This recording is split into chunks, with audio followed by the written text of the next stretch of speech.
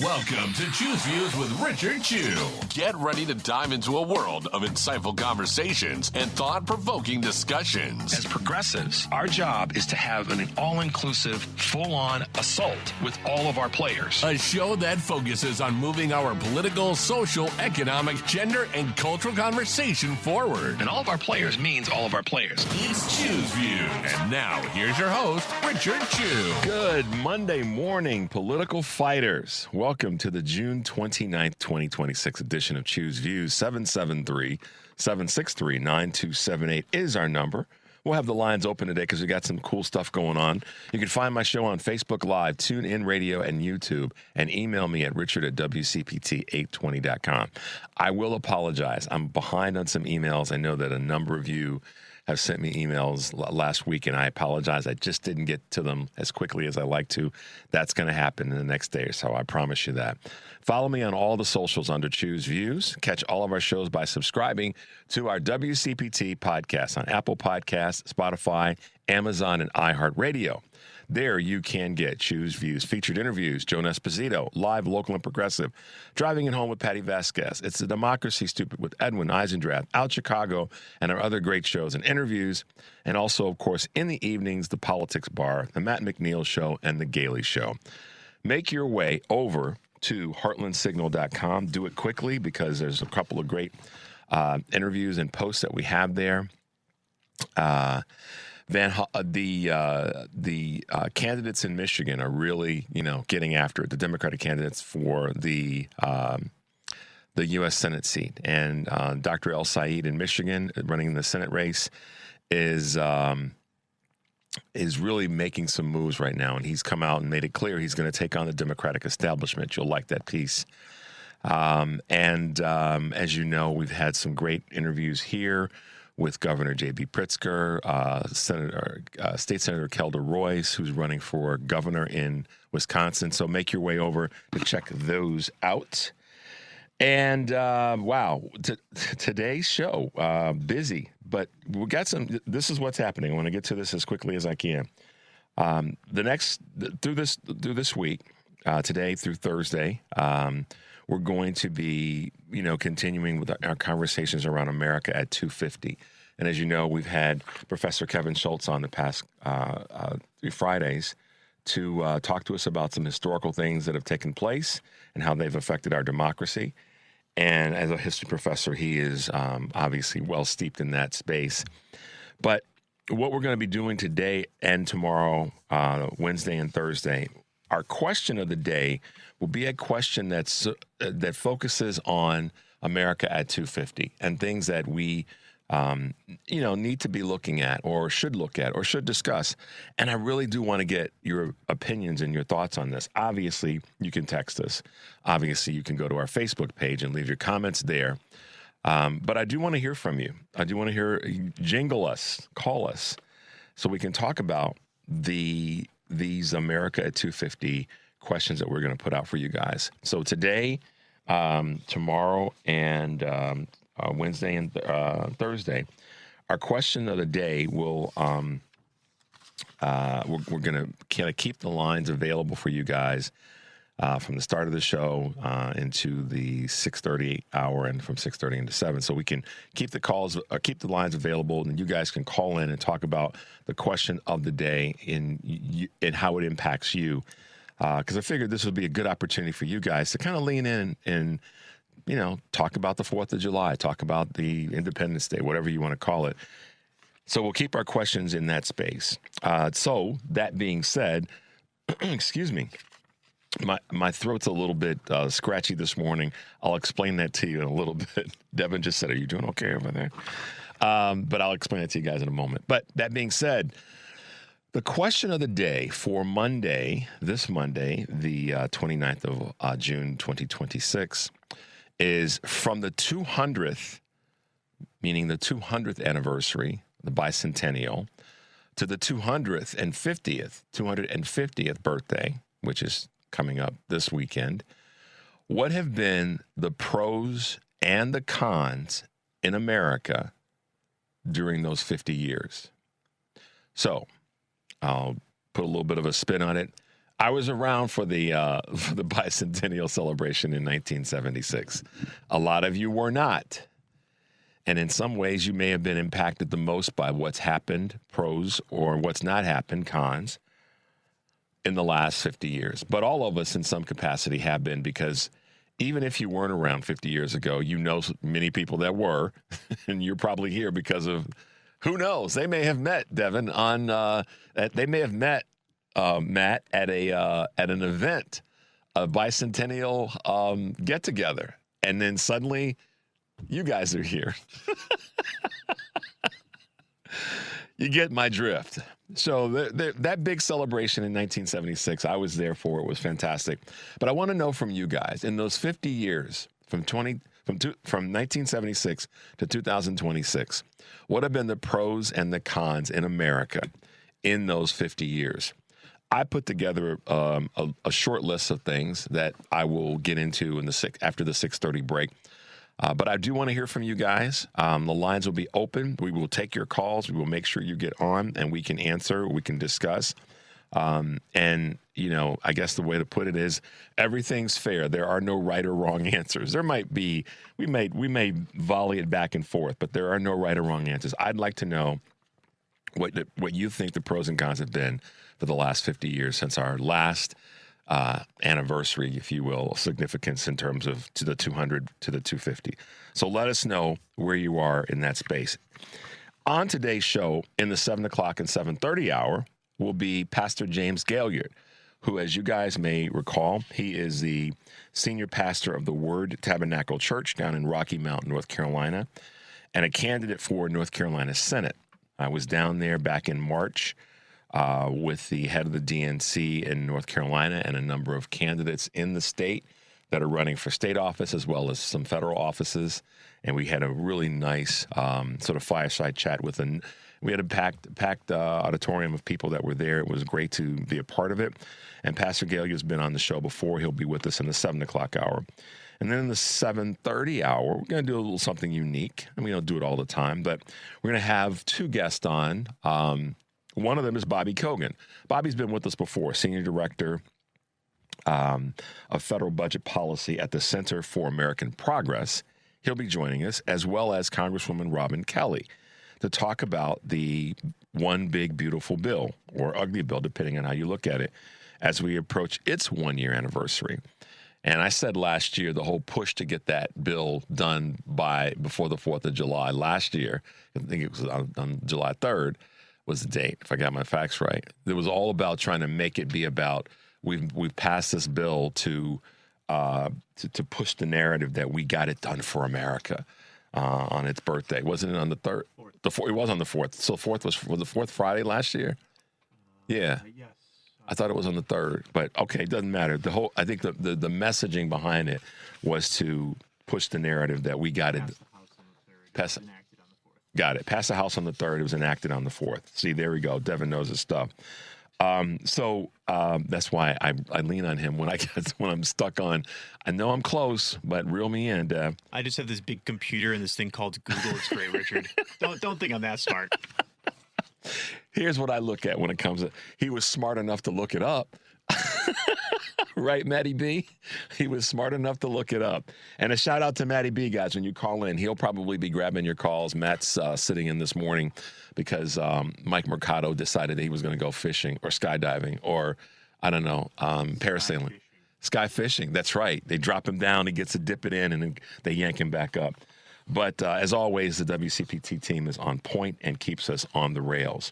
So that's our question. I want to hear from every one of you guys today when it comes to this. So, all right. When we come back, we'll talk a little bit about the weekend and some things that took place and why Richard's voice is a little wonky. But let's take a quick break, guys. The number is 773-763-9278. You're listening to Choose Views on WCPT AM 820 in Chicago and way down in Warren, North Carolina, 1520 AM and 103.5 FM. And, of course, the progressive voice of Minnesota, that is AM 950, right there in the good state of Minnesota. I'm Richard Chu. We'll be right back.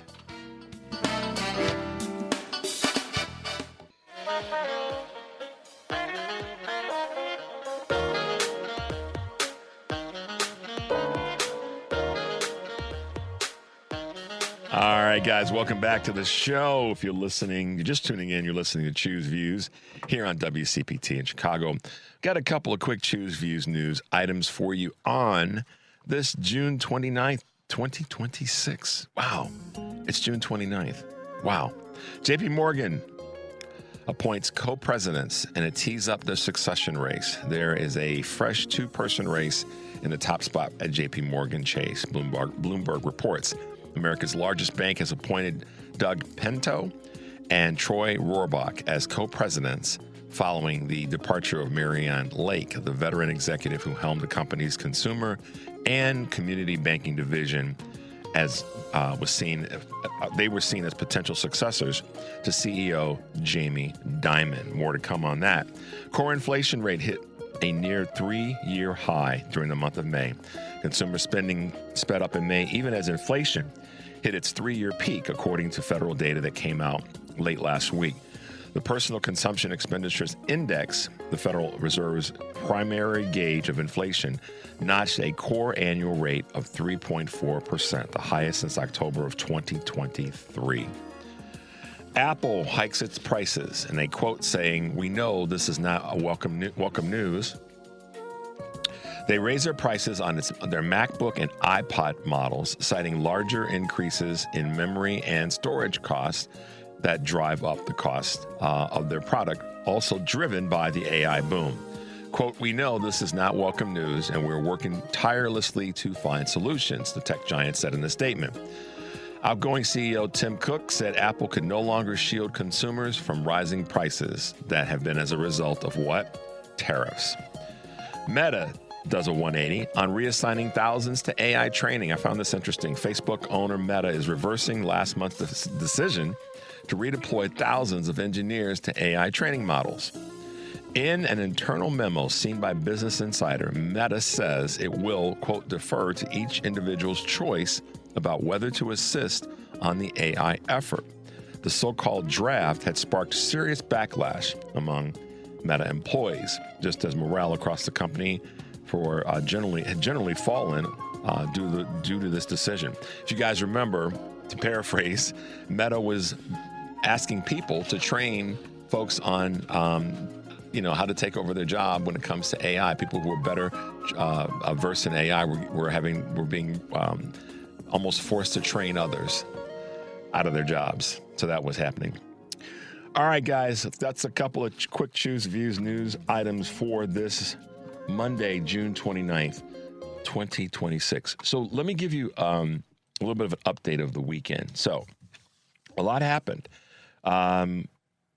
Saturday, and I want to give some shout outs in when I say the next couple minutes, so there'll be a few. Saturday, I had the honor of being the moderator for a fun little event as part of the Ida B. Wells Festival, which included, so shout outs go first and foremost to Michelle Duster, who you guys have heard here on my show. She's an author and activist and has been a part of some legislation indirectly that's been passed on a federal level. But she's also the great-granddaughter of the great civil rights leader, Ida B. Wells. And for those of you who are from Chicago or live in Chicago and know the area, you know what I'm talking about and the impact of her work here. But if you are not, you've been to Chicago, more than likely you've been on the roadway that is known as Ida B. Wells. But I had the opportunity, this is the 5th annual festival that they put together. It's been great. And Michelle Duster gets lots of kudos. So I want you to go to her website. Just Google Michelle Duster. You will find her. She will be easy to find on social media. And follow her because she's a great writer. She writes for Rebellious Magazine. Occasionally she's on the show here. And we'll probably get back to our little rotation of having her on every couple of weeks to talk about some historical items. That being said, I also want to give a shout out to the folks at Illinois Tech for being part of the hosting of the different events that took place, as well as Dr. Thomas Fisher and Dr. Anthony Douglas of the University of Chicago, and Devorah Crable, as well as Congresswoman Robin Kelly, who will be joining us later, for them being part of being the panelists, I should say, for our panel discussion on voting rights. and why legislation and why voting right now is so important in terms of the type of legislation and laws that we have. So it was great to have the four of them be part of the panel, and some great things that came out of that. So I'm really proud to have been a part of it, but also honored to have done it. That was one thing. And I was telling Devin, so my voice had a little bit of did a lot of talking there. That's what happens.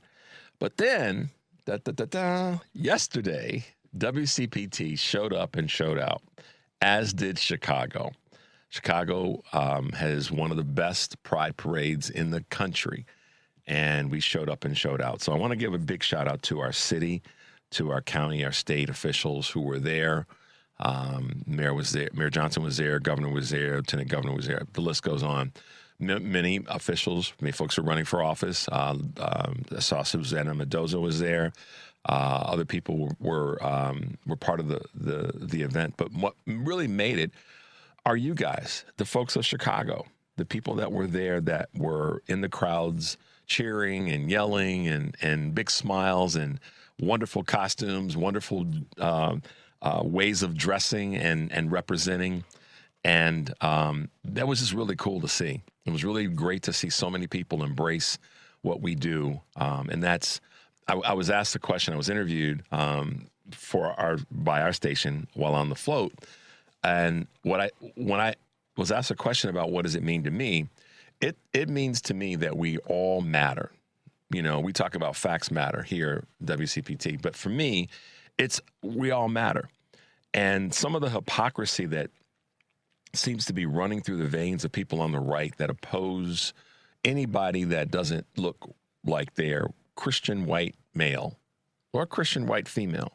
But if they're not Christian and straight, then they got a problem with everybody else. And if they're not white, they got a problem. That's clearly evident right now as we come up on 250 years.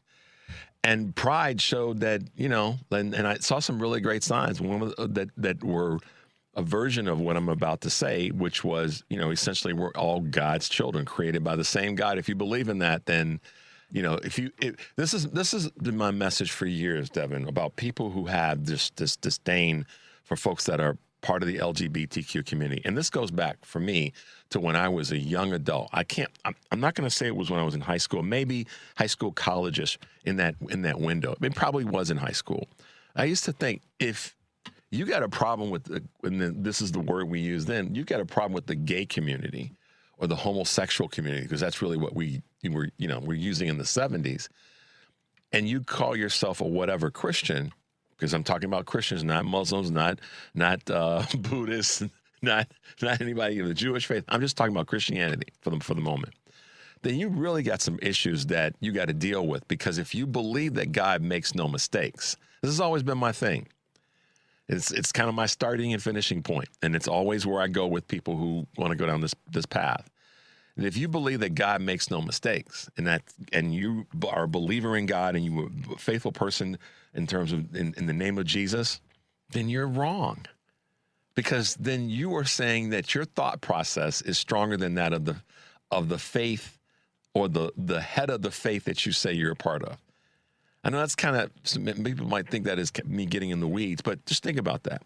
If you say that God makes no mistakes and what God creates and God does is perfect, then how could you say that someone who is of the LGBTQ community is any less worthy of God's love and God's attention and all the things that come with that?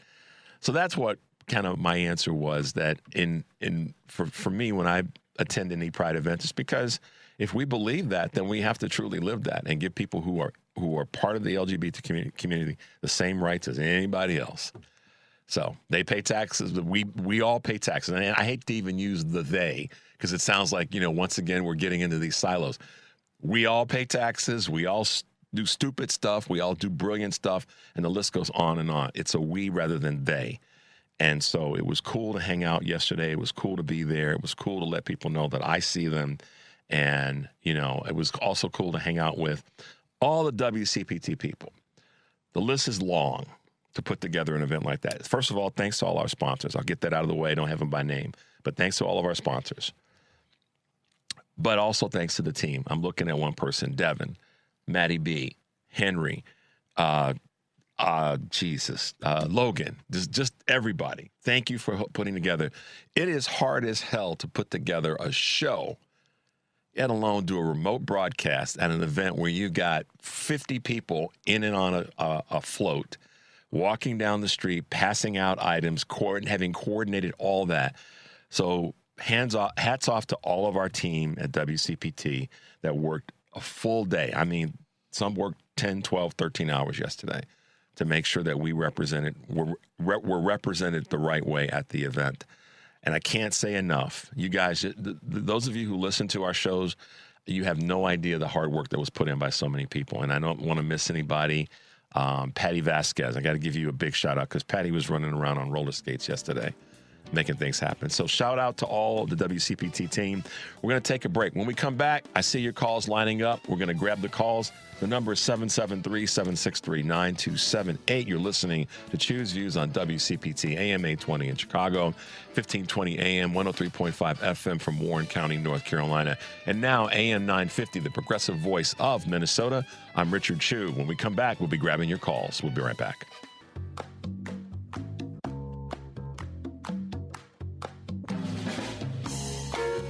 Hey guys, welcome back to Choose Views. So yeah, like I was saying, thanks to everybody who really made a great weekend. For all the folks that I had a chance to hang out with, and particularly, like I said, the team here at WCPT for all the great work that you did. All right, as promised, we were going to grab calls early in the show today. America from its 200th birthday, 1776. To now, this 250th birthday. What have been the pros and cons in America in those 50 years? Let's grab a couple of quick calls.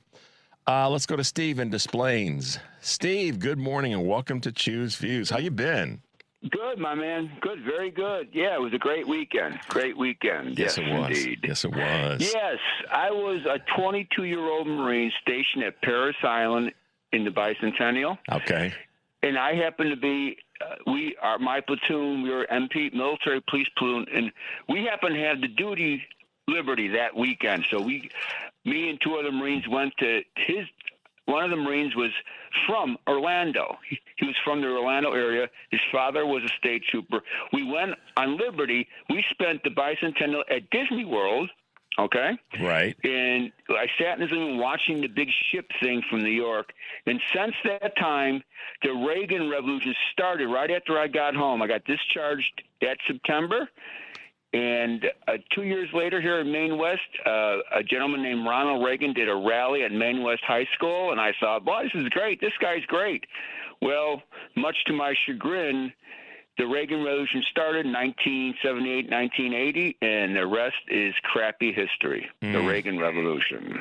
That's the con for me. That's the con. No. I, like I said, there are no wrong answers. I just wanted, when we were putting together some thinking about how we wanted to involve you guys every single day this week in terms of our question, we wanted to make it around America 250. But starting off today with America from its 200th birthday, which you and I both were around, and we were to now our 250. So let me ask you this, Steve.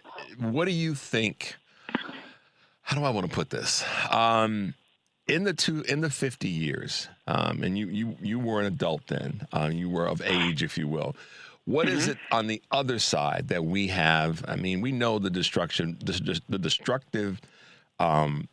policies that Reagan put forward, and it's just been a continuation of that every time a Republican's been the president, and certainly the head of many other political offices on a state-wide basis, on a local level, and federally. But if you were to sit back and go, okay, I got to find a thing that we have done well in these past 50 years, what would you go, okay, we got that right?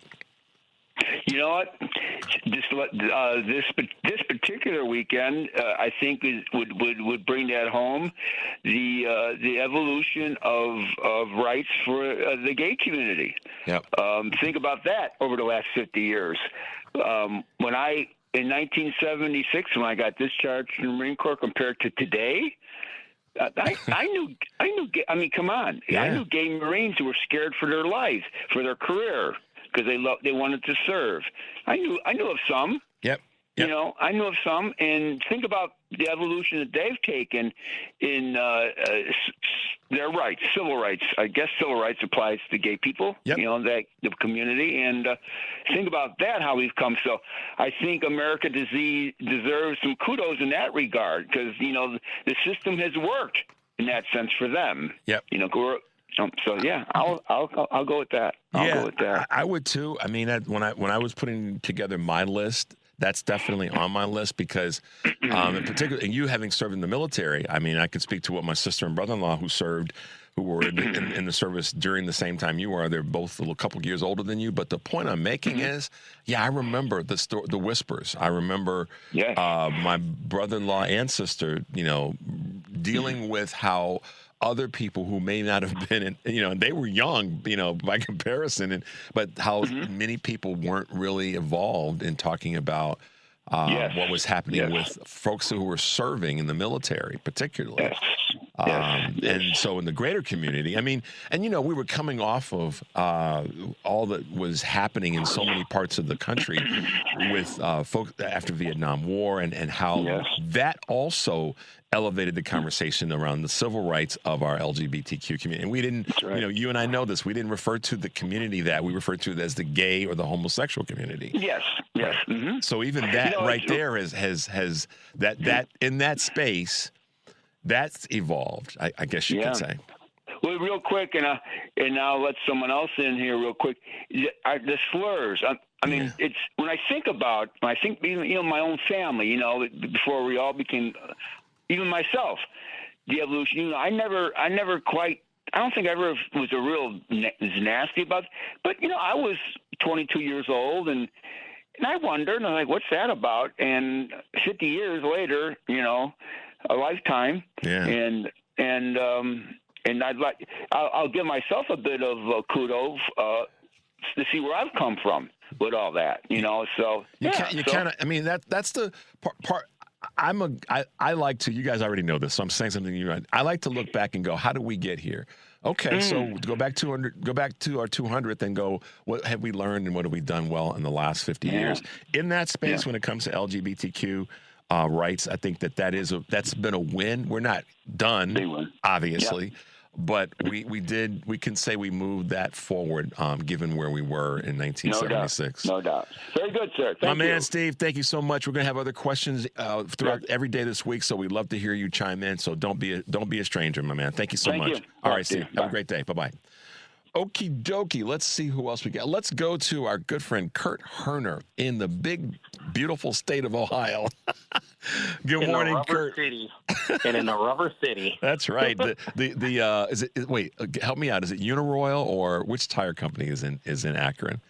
My neighborhood, Firestone Park. Firestone. Thank you. Sorry. Wow, and Goodyear. I should have known that. The big ball there. Firestone. Yes. And Goodyear. So talk to us, my man. You were talking. Okay, first of all, you were talking about the One Big Beautiful Bill. Yes. That was actually passed by the Senate in a 50-50 vote on July 3rd, and J.D. Vance cast the tie-breaking vote for that. And then Trump signed it into law on July 4th at the White House during the military family picnic. Got it. We were trying to Devin figured it out real quickly, but yeah, I mean I think a lot of that was for the show of it to try to make it was a show. It was a show, but here's the funny thing, and people need to know this. People like John Husted, who's running to be a senator in his own right in the state of Ohio, and Sherrod Brown is running against him.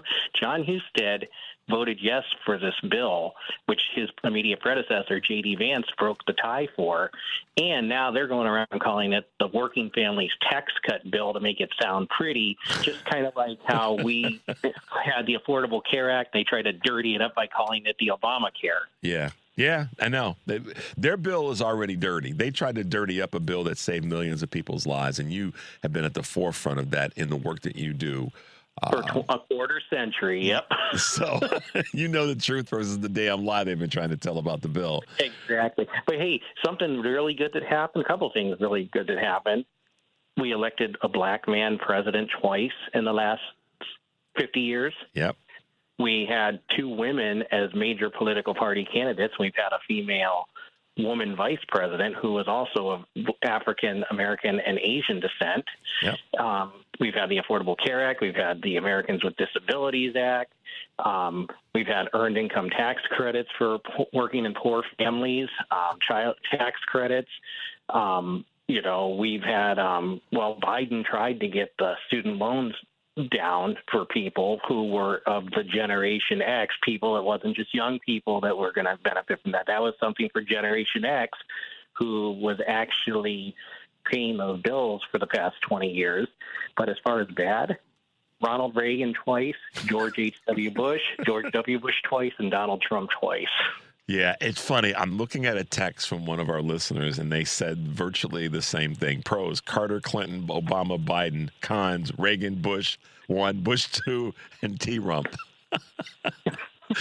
Man, it's interesting, the connection of the brains. Kurt, as always, man, thank you for the call. Real quickly, are you guys having a heat index problem? Because we're having one.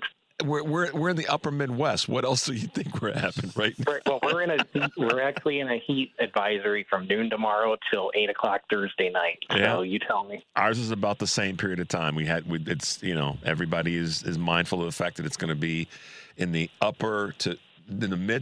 mid. I can't talk. In the mid to upper 90s, with the heat index. So So keep an eye on your elderly, your people who don't have air conditioning, your pets. Make sure they have plenty of water and keep them indoors. Without a doubt. Yeah, and take care of yourselves too. As we're looking out for everybody else, make sure you throw that extra bottle of water in the car and in the book bag or wherever if you're going to be out and about commuting. So. Thanks for that, Kurt. Thanks for the reminder. And walk those dogs before I start working here, before it gets too hot. That's right. That's the one nice thing. I can work from home now after 24 years. There you go. Earn those stripes. Right. Have a good day, Kurt. Thank you. You too. Bye. Thanks, man. Bye-bye. I always appreciate Kurt's contributions because he spent some time on some things. He's put together some great audio work and all that.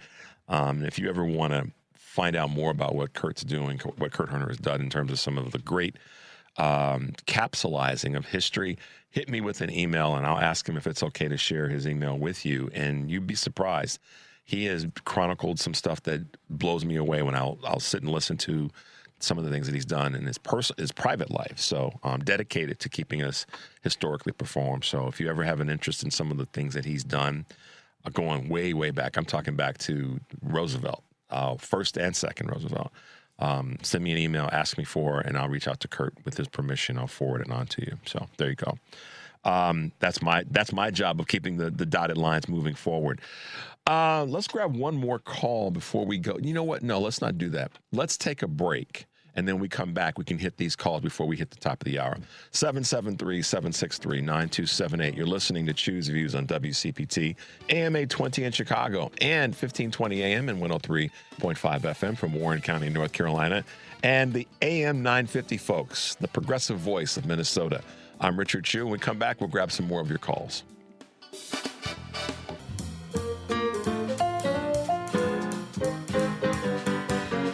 All right, guys, welcome back to Choose Views. If you are just tuning in, I'm Richard Chu, and we are asking the question from the 200th birthday in 1976 to now, our 250th birthday. What have been the pros and cons in America in those 50 years? Want to get your thoughts on that. We've got some more calls we're going to grab. Let's talk to our good friend, Andre. Professor Andre, welcome to the show this morning. Happy Monday to you. Well, happy Monday to you too, kind Mr. Chu. I think we might have two professors on the horizon, then Professor Chu as well, man. There you go. What's going on, man? Yeah, I want to address your subject matter and my opinion of what some of the pros and cons are. In the past 50 years, the amount of African Americans participating in the workforce has doubled in the past 50 years, which is a good thing. Automobile emissions has decreased over the past 50 years due to the emissions testing and making the automobiles lighter. But while they are made lighter and help with emissions. They are not safe as they were 50 years ago because of the plastic parts and stuff that they put in the automobiles. And then the third thing for me for the pro would be that we've had numerous medical breakthroughs over the past 50 years. People are living long as a result of some of these medical breakthroughs. Yeah. Now, so let me ask you this question, Andre, about automotive. Do you think it's funny you said that because I was having this conversation with some family a few weeks ago. I was in a very, very bad auto accident a month after I got my driver's license. And I used to say this phrase, I still say it now. It took a Buick to damage another Buick. And this is 1970. What year was it? I got my driver's license, 1978. Yes. So this was 1978, and I got T-boned by another Buick. And we're talking big Buicks. And the Buick that T-boned my dad's Buick bent the frame. I survived with no injury and no airbag.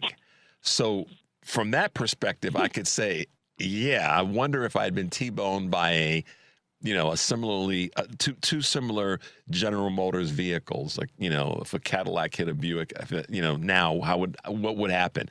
Airbags would deploy, but you're right. There's a ton of plastic that would have probably been flying all over the place. So interesting, comparison. Give me your thoughts real quick. Yeah, that's a good point. And to that, also the tow trucks have to, because I used to drive one years ago. Well, it got so bad that when you go to an accident to tow those vehicles away, it was the responsibility of the tow truck driver had to take a can and a brush and a shovel with them to clean up after it. That was mandatory. If you drive in a tow truck, you go to accident, you have to clean up from around that incident there.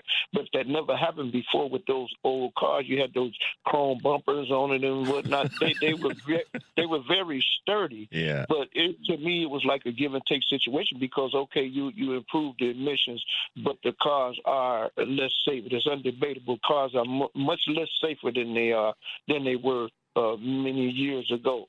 Yeah. So the negative side of it in the past 50 years is this. You had something that comes about, I don't know all the details, but Citizens United, and we had a situation where they said that money is free speech. Yeah. And that caused a problem. That caused a problem in our politics. The other one is the cost of living has went up over the past 50 years. Gas went from 80-some cents a gallon to $4 and something a gallon over the 50 years. Yep. Is just constantly escalating, which I guess some of that might be to this being a global economy, a capitalist society, and free enterprise. But no president, Democrat or Republican, has been able to keep the cost of living at bay. For some reason, it just keeps going up, and no one thought to do it. And the last negative thing is that we didn't have a major pandemic over 50 years. COVID came. That was the negativity with COVID. So that's my 3 and 3 for today, Mr. Q. Hey, Andre, the one that I want to go back to about how inflation, everything is more expensive. I mean, if we were to go back 50 years prior to 1976, that'd be a conversation for another day, and maybe we'll do that.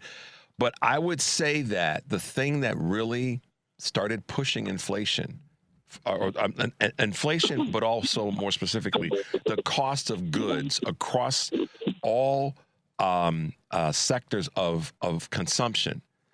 The one thing that has had an sort of like tentacles of an octopus is the price of oil and gas, because as it's increased, because the number of things, we were just talking with Kurt, who's from Akron, Ohio, where tires are manufactured. All of those things, plastics in cars, to your point earlier, those things have all gone up because of what? Directly, some may say indirectly, the price of oil and gas. So the one sort of, I guess we could say, epicenter item that has consistently gone up, and you just talked about it. Yeah, I remember when I first started driving, and, fuel economy was low, but you were paying, 60 cents for a gallon of gas, if not lower, depending on what we use as a measuring point. So oil and gas has been a big part of that. So anyhow. Let me throw this one in right quick. I agree with you 110% about that oil and gas, but I just want to pick your brain for a minute. When I took my girlfriend on the first date to see Earth, Wind, and Fire at the amphitheater. How much do you think the tickets cost me? Oh man, if I'm thinking of the time that they were there, I think I remember the year. You probably paid $8 per ticket, I'm guessing. You are a genius. You're a genius. You're absolutely right. And most people don't. When I say that, people are shocked. Mr. Chew, the ticket was $8 and the best tickets were $9. It's unfair to ask me a question like that because my wife will tell you he has an answer for you. He remembers that stuff. I didn't get to go to the concert. I remember it, but I didn't get to go. Some friends of mine did, but yeah, there you go. So now if we saw it would be like $800 for a ticket to go see, or certainly half that. But I hear you. So the point was the cost of entertainment has went up as well. Yeah. So those are my things. I'd like to talk with you, but I also like to listen to the callers because they help. Each one of us help to build the next one of us. So I want to listen to some of the callers too and finish listening to your commentary because I always enjoy it, though. Thank you, Andre. Thank you, there, Mr. Chew. And if we don't talk again, you have a good 4th of July weekend. We're going to have other questions, so don't be a stranger. Give us a call back if you're listening during the rest of the week. So thanks, Andre. Let's grab another call. You're right. Let's do that. Be well. Talk to you soon. Let's go to let's see. Is it Charles. I'm sorry. Charles from Georgia. Sorry about that, Charles. I didn't see the screen. Good morning. Welcome to Choose Views. Oh, no problem. Yeah, I've called you before on the family meeting. We've talked. Yes. But anyway, I'm actually watching you on the internet, watching you on your WCPT.com. And but yeah, so back in '76, I was soon to be a 16-year-old, and to be honest, I never really cared too much about the 4th of July. Okay. It was just being a black person. But I did reflect politically. I've been very aware about this. We were very mature. How you doing? You're waving. Kind of delayed, I guess. Yeah. But anyway. Yeah, I think we were more mature back then as young people. We just were more mature. We had our views. But what I want to say is I reflected this on, you heard of Eddie Glaude, right? The professor from Princeton. Yes. He has a book out. Yes. And he's in a really interesting book. They have me reflecting. The last 2 weeks, I've listened to some of his interviews.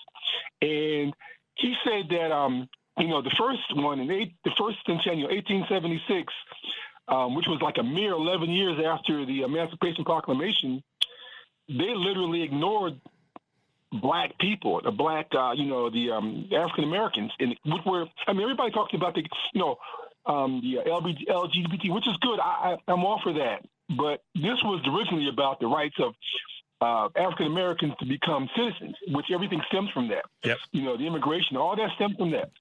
And back in they totally ignored that. In 1776, I'm sorry, in 1876, we were past the Civil War, but there were still parts of our country that were not, quote, free or did not have the civil rights.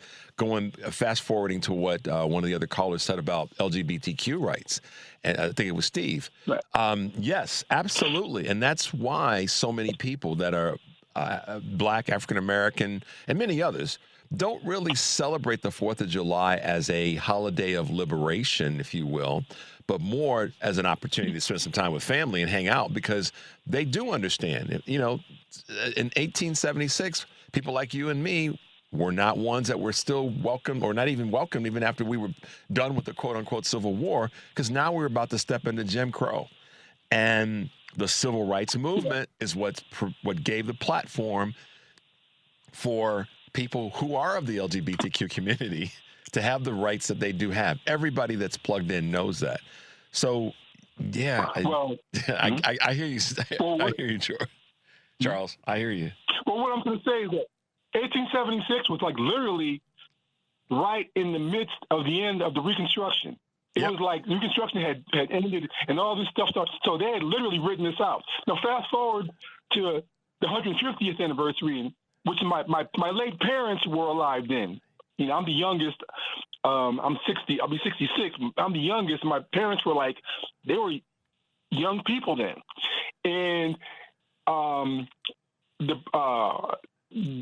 back then, not only did they write us off, but that was during they had written something called I think it was called the Johnson Reed Act, which was the first immigration act that pretty much immigrants out of the United States.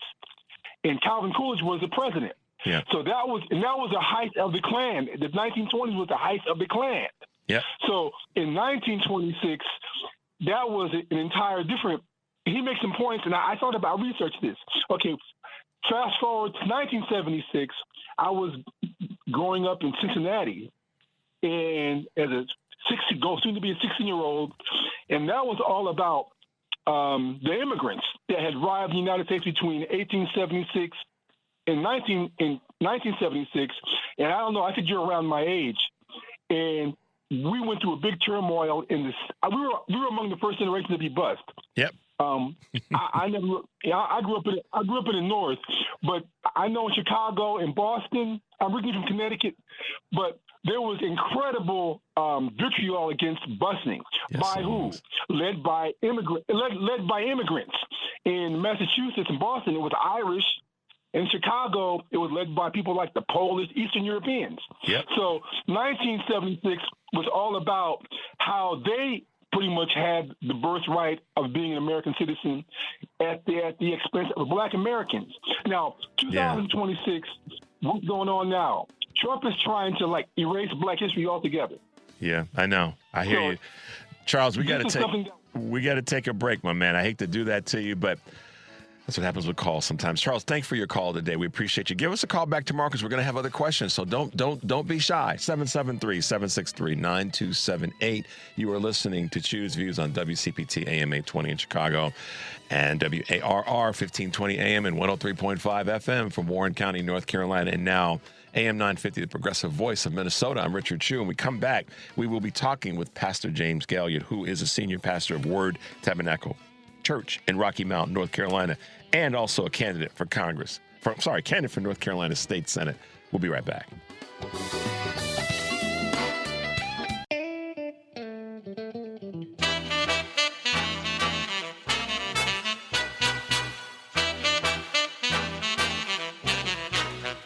From the headlines to the heart of the city, Richard Chu breaks it all down. You're back on Choose Views. Hey guys, welcome back to the show. For over 25 years, Pastor James Gaillard has answered the call to shepherd and serve. First as organizing senior pastor of the Word Tabernacle Church in Rocky Mount, North Carolina, and of course as a voice in the General Assembly. He is running for State Senate in North Carolina, and I've been fortunate to meet him. As you guys know, I had the opportunity, the honor to go down to North Carolina back in March to hang out with Pastor Gaillard and other state officials in North Carolina. It was a great opportunity. It was great to meet them and hang out. So we got to welcome him back to the show. It's been a little bit, but Pastor Gaillard, good morning and welcome back to Choose Views. Good morning, Richard. It's always great to see you, and I appreciate the attention that you're giving to this rural Eastern North Carolina race and I think state politics in general. So thanks for having me. Absolutely. It's a joy to have you on. And, I have to say, as I said when I got back, how much I just enjoy being down and hanging out with you guys for a couple of days. That was a lot of fun. And I think we got some good stuff done with the fireside chat and the conversation that we had with you and some of the other state representatives, Mayor of Durham. Real good opportunity. And you guys are working so doggone hard to do the thing that I think is oftentimes missed. And that is, and then I've taken some quotes from you or some observations, maybe a better word from you and things that I've learned by listening to you. But one of the things that is missed is what happens on a state level and how intricately important it is that we win back state legislative offices because the phrase that that's where the sausage is made or how the cookies are baked. It's on a state level, and in North Carolina, you guys are fighting like heck to get this budget done, and that's going to take a change in who's in office on a state level. You were one of those people that's thrown their hat in the ring and said, "I know that we can do a better job." Talk a little bit about the importance of state politics. Yeah, man, you could not be, more accurate. And I think if there's a takeaway for this show for me is to emphasize the very point that you've raised, that we really have to double down on our state races. Unfortunately, races like mine don't tend to get the kind of attention that other races get. Like, we're paying attention, and rightfully so, what the U.S. Supreme Court is doing or what is happening at the White House. But you're right. I mean, this is where it touches the people. And not just, in North Carolina, the North Carolina General Assembly is probably the single most powerful political entity in our state, because we legislate even on behalf of municipalities. Mm-hmm. And so people don't recognize, like, your form of municipal government around your city council, your commissioners, all of that begins with the North Carolina General Assembly. And so it is a very powerful group of people, and we need proper representation. As you mentioned, we're now the only state without a budget, right? We've gone 1,000 days, which is crazy, without a budget. The impact on public education, the impact on rural hospitals, the impact on retirees, the impact on teachers. Just imagine, you come in for a performance review. You've worked hard for the state for the last 23 years. They're like, man, Richard, you did an amazing job. We're going to give you a 4.5%, 5% increase. And it's been sitting there for 1,000 days because the state won't approve a budget for you to get that additional money. And when they do approve it, it's probably not going to be retroactive. Right. So meanwhile, the cost of eggs and the cost of gas and the cost of everything is increasing, and you get penalized for doing a great job. And it's all because we don't have the right people in state government to look at people beyond politics. And I'm even going to say this, even though I'm a Democratic candidate on the ballot, people beyond partisanship. You're right. We've got to put people first, man. Even if that means I've had votes in the General Assembly where the party came for me and said, look, we might have to primary you over this one. And I was like, you know what? Then primary me over it. But I voted on behalf of my constituents and my community and the people that brought me here. And we need more people in the middle, man. The fringes are killing our country. The far right and the far left. We need moderate people in the middle that know how to touch everybody, man, and try to get everybody to a place where we all can live a decent life. And this is something that you and I chatted a little bit about when we met a few months ago. One of the criticisms that's coming, it's not coming, it's there, and it's happening more and more, is that, and maybe this is more on a federal level than it is on a state level, but let's talk about it with your reach that you have and who are the people that you're speaking with. One of the things that, I look at it like too far to the extremes on anything is an imbalance in and of itself. That's just basic, math or certainly basic physics. That too far of an extreme creates an imbalance. And so whether it be left or right politically, since we have two parties, primarily two parties, that's where we do see some of the archaic things that don't allow us to move forward. But then some people will push back and say, hey, Chew, the reality is the Democrats aren't doing enough. We need to have less moderate Democrats because the moderate Democrats are the ones that are agreeing with the not so moderate Republicans, and nothing is getting done. I know you hear this because, if I'm hearing it, I know you're hearing it. But I wonder, is that something that's more of a federal political conversation or a state or both? Excuse me, help us through that a little bit, because you know what I'm talking about. I do, and I think it's both. And I will say that voters need to own this in the sense that our primary turnouts are so dismally low, sometimes 10, 12, 15%. Okay. So what happens is it's very difficult for moderate candidates to get across the finish line at the primary. So moderate candidates lose to the extreme candidates on both sides. And then you wind up with a General Assembly or a Congress that really is being run, that the majority of the people there represent extreme sides of their party. And as a result of that, there's never any moderate legislation. And if you want the proof of that, all you got to do is check the vote on any bill. It's almost always across party lines, almost always. And so unless there's one party that controls both chambers, and then it's not. It's a partisan vote. But go ahead. I'm sorry. Correct. No, you're exactly right. And so, I would say to people that extremism is never a good thing. And I rarely lose absolutes. Okay. But I think extremism is just not good for our nation, our society. The best pieces of legislation, whether they're in the North Carolina General Assembly or in Congress, are bipartisan, bicameral votes where people on both sides of the aisle have voted. But listen to me, both of them are kind of like, I'm not loving this bill, but I'm going to vote for it. Nobody should get everything they want. So Republicans should be voting for it like, it's a provisional two in this I'm not loving, but overall the bill is good. Democrats need to be saying, it's a provisional two I'm not loving, but I'm going to vote for it. That's the kind of legislation we need.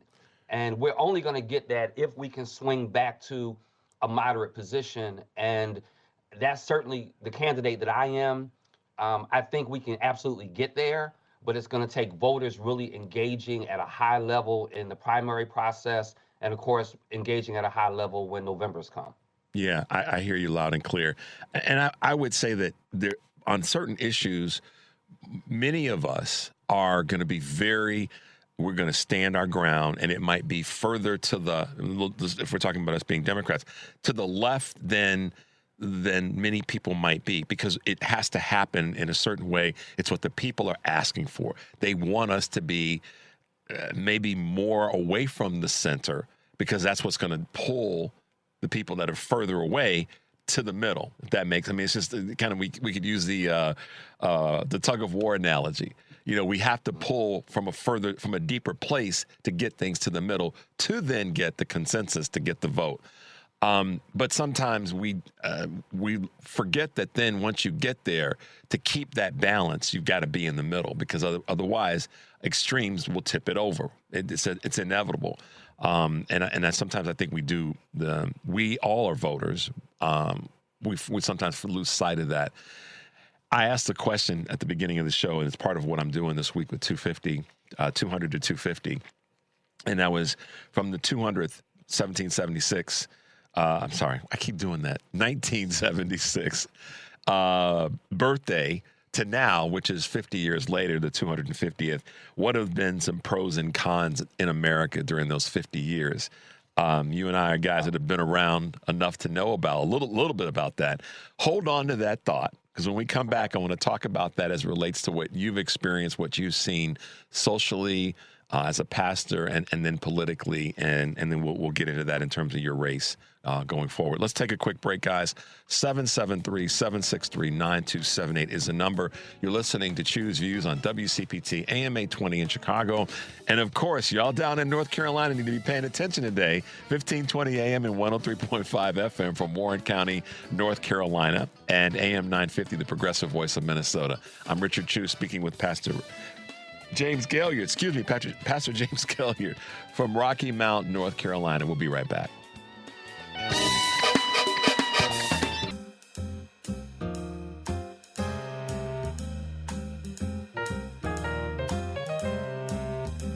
All right, guys, welcome back to Choose Views. If you're just tuning in, I'm Richard Chu, and we are talking with Pastor James Gaillard of Rocky Mount, North Carolina. He is the pastor of Word Tabernacle Church and also candidate for Senate in the great state of North Carolina. Pastor Gaillard, we're going to talk a little bit about some specific things that are going on with your campaign, but what are some of your thoughts about 200 to 250 in terms of 1976 to 2026? I got to tell you, it's a great question, and I'm going to probably steal it. Good. Okay. Take it. I've used some of your comments about how, why folks who don't participate in politics got to understand churches don't get the thing that you shared with me months ago. But they don't get the capacity side. This would be, not that you don't have enough to do, but this would be an amazing compilation book. The perspective of 50 leaders on how his life shifted in America from over a 50-year space from 1976 to 2026. Well, that would be a great. I'll raise my hand. You and I'll work on it. I know you're running. You're busy too, but listen. I can fly down to Durham once a quarter, and we can put this thing together. So, so it's an amazing question. Let me address it from three lenses if we have time. Sure. I think first, just about America in general. I think that we have to recognize that economic inequality in America, if we were to look at the data, Richard, it really has not budged. And so, Black households still have a fraction of the wealth of white households, which is significant. And it's even gotten wider, post-COVID. So I think this, and the reason I'm leading with that is because I think therein lies some of the frustration with the African-American community with politics in general. It doesn't really matter who we vote for, right? Because my life is still the same as it was in 1976. So I will lead with that. I think the other thing that is necessary to say is, and this is just a passion of mine, maybe a third passion after education and health disparities, criminal justice. We have to realize that mass incarceration didn't exist really in 1976, right? It wasn't until we started the war on drugs that our sentencing policy in the 80s and 90s really started creating this model of mass incarceration. So that's an issue that I think is different. I think the third thing that's really different is voting in general. I mean, we have to remember that 1976, the Voting Rights Act is still fresh. Yeah. It is still a real machine, and people are really engaged in the electoral process.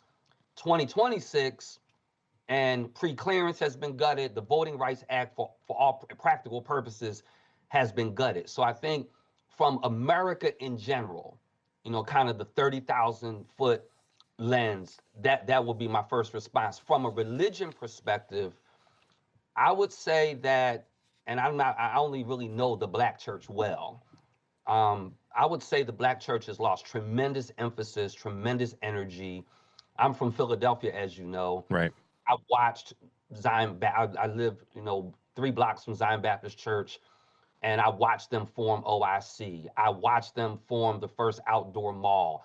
I watched them lease out space to Radio Shack and different grocery stores. And I watched an economic social justice movement out of the Black church. And I'm seeing less and less of that. So I think from a religious perspective, and think about this also, you didn't really have the religious right in 1976. Not like they today, right. So you had this rise of the African-American church. You had Jimmy Carter, who was a Southern Baptist, but evangelical didn't mean then what it means now. Right. So post 1976, as we make our way to 2026, you've got now the rise of the religious right, which I would argue is the whole impetus behind Project 2025, Heritage Foundation, Turning Point USA, American Renewal Project. I mean, here in North Carolina Values Coalition, you know me, I'm not afraid to call names. I think, so you have that different, I think, perspective. And then so that's America as a whole, that's religion. And then I would say in terms of politics, I think we're still more, I think we're more extreme than we were in 1976. Yeah. I mean, listen, this is not Ronald Reagan's Republican Party. No. And so I do think, there is an extremism that has surfaced. I think party lines had the opportunity to be less ideological, and that conservative, you had more, I'll say it this way. In 1976, and I'm not a student of history, but what I recall and what I've studied, I think in 1976, you have more people that could be labeled conservative Democrats and more people that could be labeled liberal Republicans. Wow. Those labels don't exist now. Wow. So that's my initial answer. That is, okay, guys, please clip that out, because that is a powerful point that we have to be able to hold on to, because I haven't said or heard anybody say that, period, of so many folks that I've been blessed to interview, Pastor Galia, but that would be one of the very spot on ways of looking at it, because oftentimes we don't flip the labels to give some texture to who people were then. And the interesting thing about the extreme point that I made is it's kind of the cousin of what you said about where we are in terms of what extremes can get us into some trouble. I have to ask you this question as we want to shift gears. So much more to talk about. as I've said to you before, I love having you on the show, and we will do this again sooner than later. Talk about right now, as we wrap up, Pastor Gaillard, why you are the best candidate for this Senate seat in North Carolina. I want to give you that moment.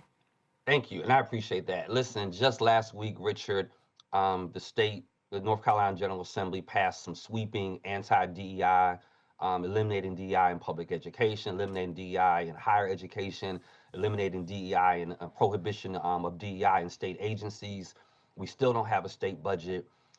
There's been some sweeping reforms that have been difficult. It's going to make it difficult for people to vote. And we've basically created partisan lines in places that should not be partisan. Whether or not we should vote should not be partisan. Mm-hmm. Whether or not a child can get a good education should not be partisan. Whether or not I have easy access and affordability to a hospital and a doctor and a specialist should not be partisan. Whether or not my child can have broadband access, so when they get an iPad or a tablet and take it home, they can actually get on the internet in Warren County, which is where I know you're also broadcasting from. And I can tell you many of those children in Warren County cannot. And so simply said, I'm the best candidate because I know how to legislate in a way that's going to benefit the masses of people. This is not a zero-sum game. Just because your child gets a good education at the Christian Academy does not mean mine should get a poor education in public schools. Right. And we need to legislate on behalf of all the citizens of our state and not become partisan hacks. And so what I will say is I've dedicated 25 years of my life, the last 21 years here in rural Eastern North Carolina, and my record speaks for itself. We've been engaged in addressing educational attainment, food insecurity, health disparities, criminal justice reform, making our community safer. I'm going to legislate in a way that I'm going to be able to touch everyone, Democrat, Republican, Independent, Libertarian, Black, White, Hispanic. It really doesn't matter to me. My goal, my theme of my campaign, my motto of my campaign is until all thrive. Yep. I live by that. The vision of my church is a 2-word statement, everyone thriving. And so my whole life is wrapped up in every human being having an opportunity to get a jump start. If they blow it, that's on them. But let me not be a part of the body of people that legislate against them where they don't get the start. How can folks find you? How can they get involved in whatever way they deem reasonable and possible? I appreciate that. I'm on all the social media platforms at JD Gaillard. That's JD Gailliard. Also Gaillard 4NC. Separate Instagram account, separate Facebook account, in addition to my personal social media handles. And I would love for people to subscribe. It doesn't cost them anything to my Substack. I write in-depth articles about the political issues, 2,000, 3,000, 4,000 words to really, I like your word texture, to really give texture to nuanced issues for people so they can really understand them. And, it has a feature where you can just listen while you're doing your laundry, right? So I would encourage them to follow my Substack. My website is www.jamesgaillard.com. Pastor Gaillard, thank you for being with us again this morning. I so appreciate it, honored, and have such respect for the work that you're doing. We'll have you back on again. You know that. And stay safe and stay as cool as you can because you're all catching the heat just like we got it up here in Chicago. So it's good to see you, Pastor. Thank you, Richard. Thank you so much. Talk to you soon. You too. Bye-bye now. All right, guys, let's go to a quick break. The number is 773-763-9278. You're listening to Choose Views on WCPT, AM 820 in Chicago, and WARR 1520 AM and 103.5 FM from Warren County, North Carolina. The progressive voice of Minnesota, that is AM 950 for our good friends up there in that great state. I'm Richard Chu. When we come back, Bobby Kogan from the Center for American Progress and Congresswoman Robin Kelly will be with us. We'll be right back.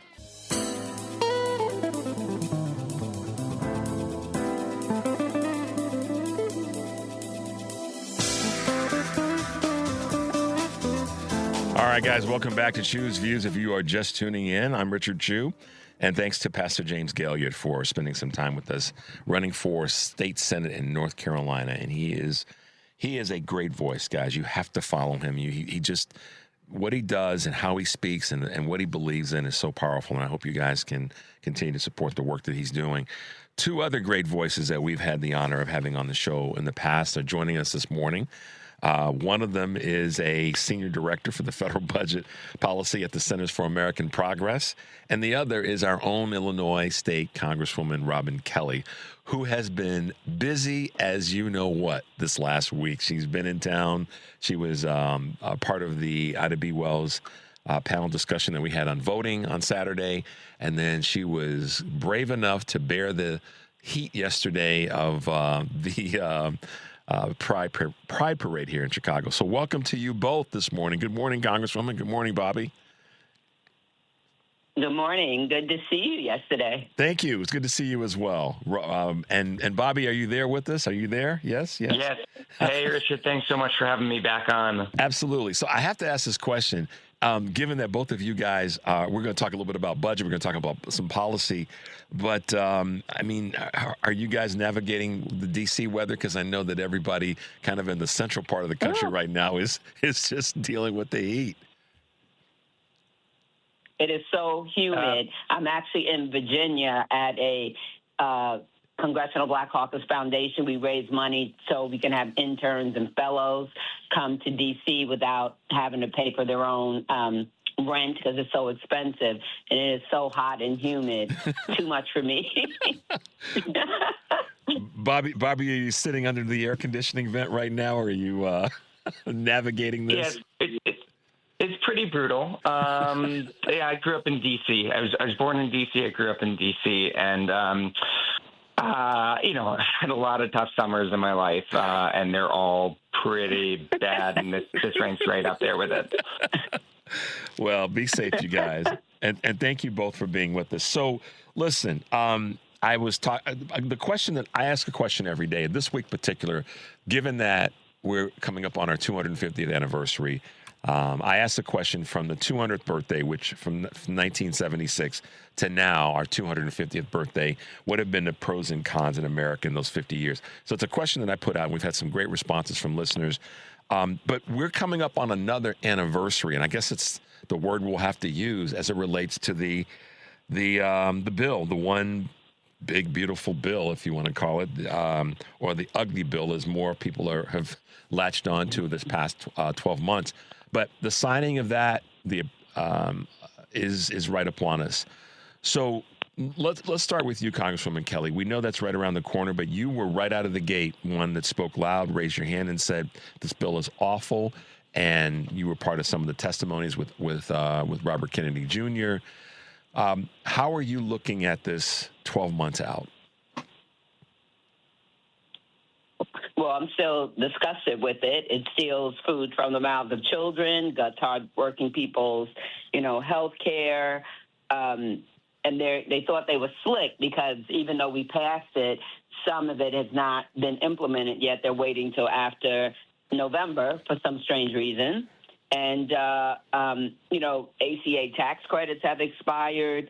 And in my district alone, 27,000 people will see their health care costs rise without the ACA tax credits, but also, 30,000, almost 31,000 people will lose access to health insurance because of the cuts just in my district alone, and 500,000 people in Illinois. So I don't feel good about it. That's why, this election coming up is so very important. We have to stop some of these things, that have been passed or that will be, implemented. So I'm not feeling great. Don't feel any better. Yeah. Bobby, you were one to say that it literally took from the poor and gave to the rich. Talk a little bit about that on the heels of what Congresswoman Kelly just said. Sure. So if you took every single law that has been enacted in all of U.S. history, and you lined them all up and you ranked them in terms of what they did to help people, what they did to hurt people, who they helped, who they hurt, that sort of thing. There is no single law in U.S. history that did more to take from the poor and give to the rich. This is quite literally the biggest transfer from the poor to the rich in a single law in U.S. history. And it did that through kind of two different components. Number one, it was enormous tax cuts for the rich. And when I say enormous tax cuts for the rich, I mean, you take the top 0.1%, the average tax cut that they got was $300,000. So huge tax cuts for the rich. We've done huge tax cuts for the rich before. I'm sure there will be more in the future. But what is so unique is you pair giving to the rich with historic tax cuts to the poor. That basically never happens. Normally when people want to hurt the poor, they will separate that from when they're given to the rich so that they can pretend they're unrelated. That was the Gingrich strategy in the 90s. Obviously, the big cuts kind of failed, but that was the Gingrich strategy.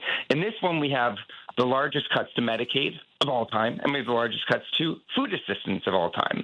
You'd think, right, if you were to say, oh, well, who do you think did the biggest cuts to Medicaid of all time?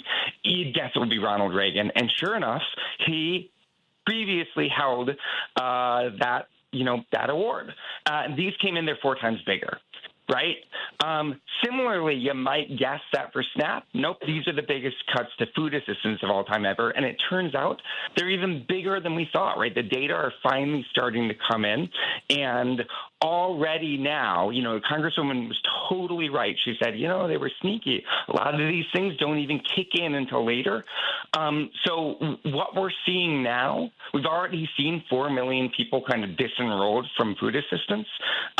This is before some of the biggest provisions even turn on. So what do we have going on? One of the things that they did was they imposed work requirements on Medicaid.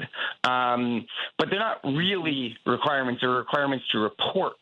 And what we've seen from all the data on all the states that have tried to do this sort of thing in the past is that doesn't kick off moochers or anything like that. What it does is it takes people who are doing everything right, but now they've added so much bureaucratic red tape that they fall through the cracks.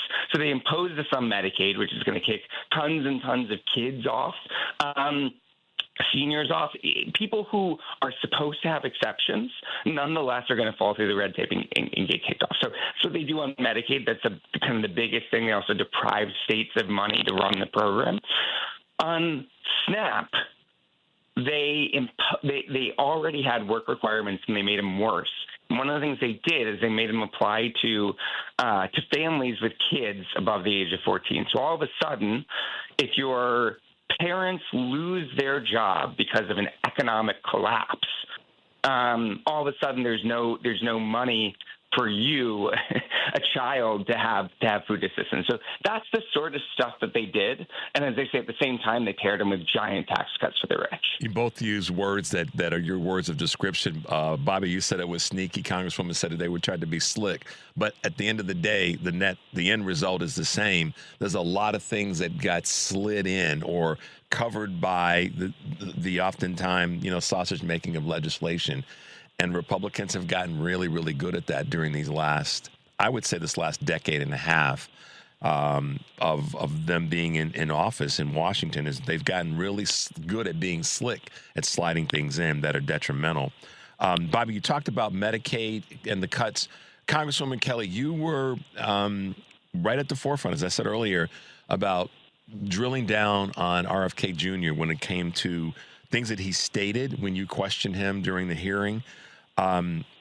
What, if anything, has changed in where he stands or where his department stands as it relates to these cuts that he just couldn't seem to answer the question around Medicaid cuts? He never answers the question. He's been back. We've spoken to him a couple of times, and he never answers the questions directly, or he says, we're not telling the truth. I read him something right from their own website, and he said I wasn't telling the truth or making it up or something. And I'm saying I'm reading it right from your website. So he throws up barriers and every opportunity. So nothing, really has changed because he does not answer the questions, or I only have an hour to be here, and those kind of things. And actually, of late, now that you're bringing up his name, it seems like he's been a little quieter. But also, beside what we're talking about, when we discuss vaccinations, how things with measles and, have gotten worse under him, we are not making America healthier. And in fact, what we're when we're being point blank about things because of what they want to implement, people will die when fully implemented. That's just the bottom line. But I don't see any improvement. He, again, doesn't really answer questions when he comes to our committee. He blocks what we say or say we're not telling the truth or we're making it up. So it's a waste, quite frankly. He conflates a lot of things that aren't really connected when I listen to any of his testimony on any subject where the question's asked. I can't remember him directly answering a question from you or many other members of Congress, particularly those in the Democratic caucus.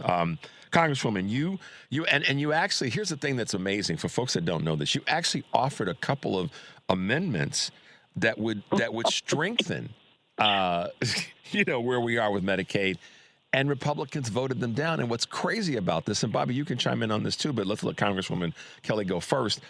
The irony of this is that voting down on those amendments that you were offering actually hurts their constituents as much, if not more, as those that might be in blue districts. Talk a little bit about that.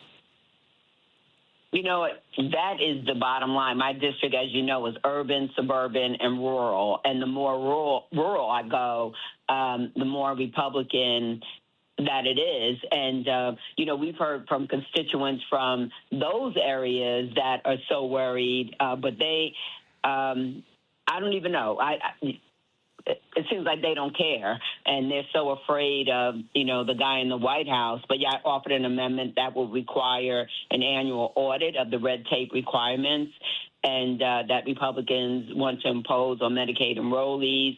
That didn't work. I also participated in the 22-hour marathon rules committee hearing where I offered my amendment, again, to codify postpartum coverage because, I do a lot of work around maternal mortality and morbidity, and I'm just really concerned. We passed legislation under Joe Biden where the postpartum coverage period went from 60 days to a year. So if they fully implement what they want to do, that would go away. And definitely, we already have a maternal mortality problem in the United States. For Black women, it's much worse that, again, people will die. And they know in their states, a lot of their states is worse than any place else. And in rural areas, there's so many healthcare deserts, so many maternal care deserts, and also hospitals will close. And in Illinois, it's the rural hospitals. But I don't know, can't get through to them. Yeah. Bobby, real quick, your thoughts in this space in terms of, that she's put together these great amendments, and many other Democrats have made these great suggestions, and but Republicans keep voting them down or getting in the way of them even getting to the floor. Talk about that. Yeah, I think they set out to do historic cuts to the social safety net they've been trying for decades, chipping away, and this was one big swing. Kind of the death of material politics, right? You think that representatives are supposed to represent their area and help their constituents. And somehow, instead, we ended up with a bill that significantly harmed people's constituents. A lot of them, I think, took the vote knowing that it would be the end of their career. But they were willing to do it because they believed in the cause. It's kind of the inverse in the ACA, right? A lot of Democrats voted for the ACA knowing that was the end of their career. But they were willing to do it because they were giving their constituents tons, and they were giving their constituents health care. They knew that they were helping the country. And here you had a bunch of people willing to lose their job in the country. And I don't know what to say other than it's a profound difference in morality. I believe that the pillars of civilization are making sure that people have food, making sure that people have shelter, making sure that people have health care. And I guess they didn't really attack shelter in this bill, but they attacked food and they attacked health care. And it just shows a completely different idea about what the government owes its people. Yeah. I thank you both on that point. I really wanted to make sure we got that in before we go to this quick break. We're going to take a quick break. When we come back, we'll talk a little bit about ICE, but then let's talk about some forward thinking. 773-763-9278. You are listening to Choose Views on WCPT AM 820 in Chicago, 1520 AM and 103.5 FM from Warren County, North Carolina, and AM 950, the progressive voice of Minnesota. I am talking with Bobby Kogan of the Centers for American Progress and Congresswoman Robin Kelly. We'll be right back.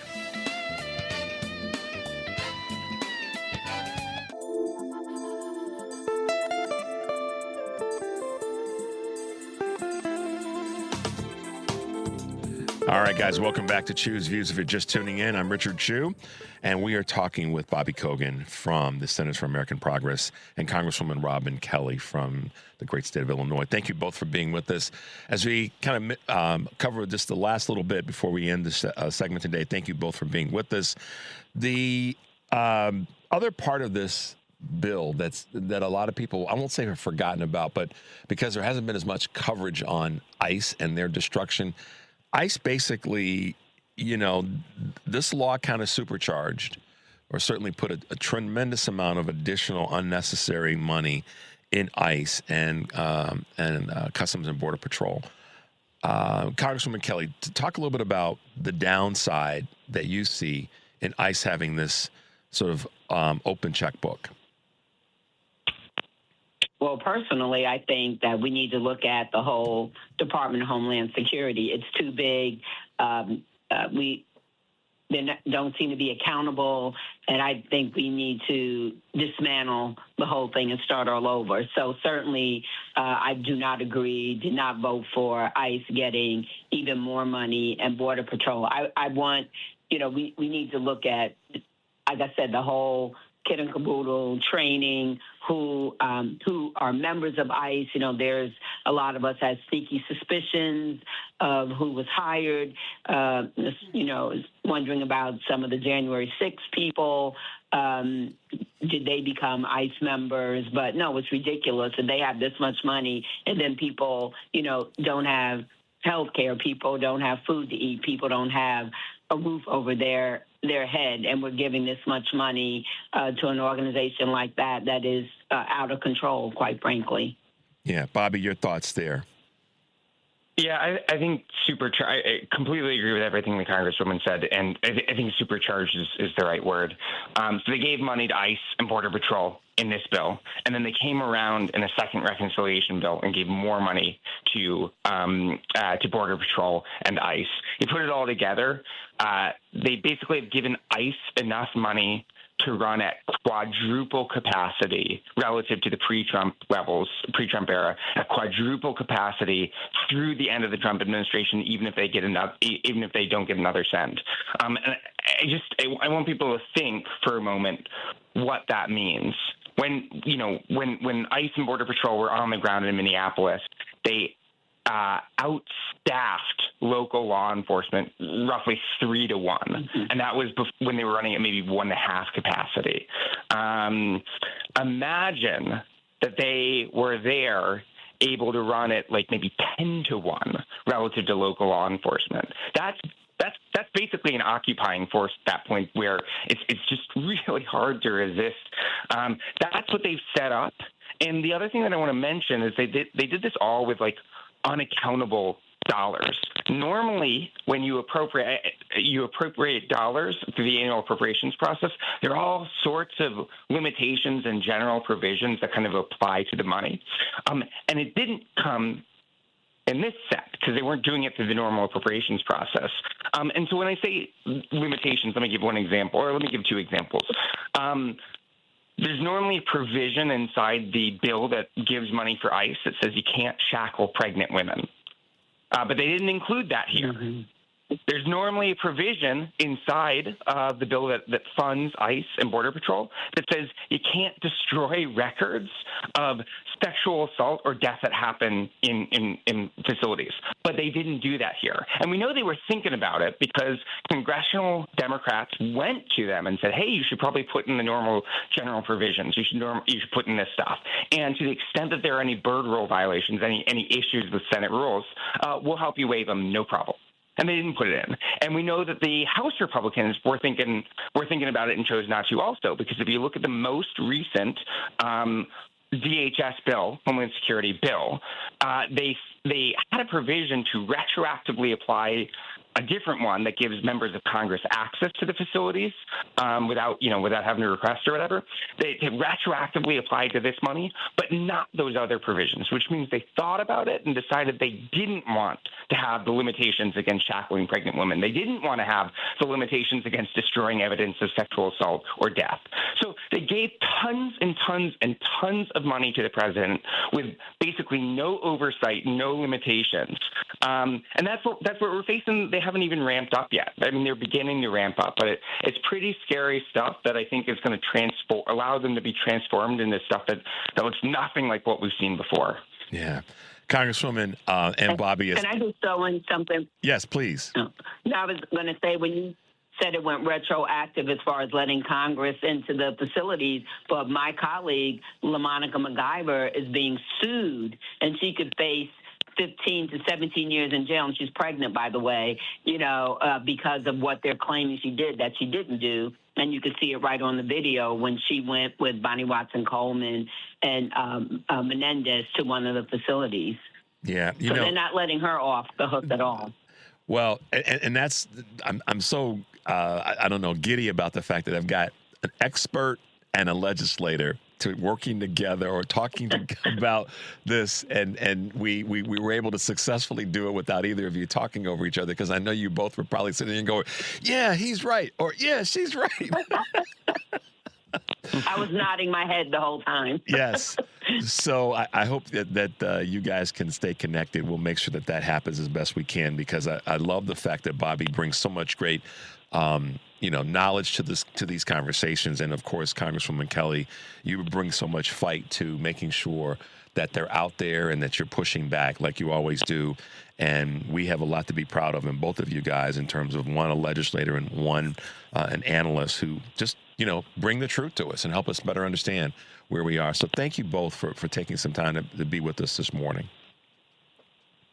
Thank you.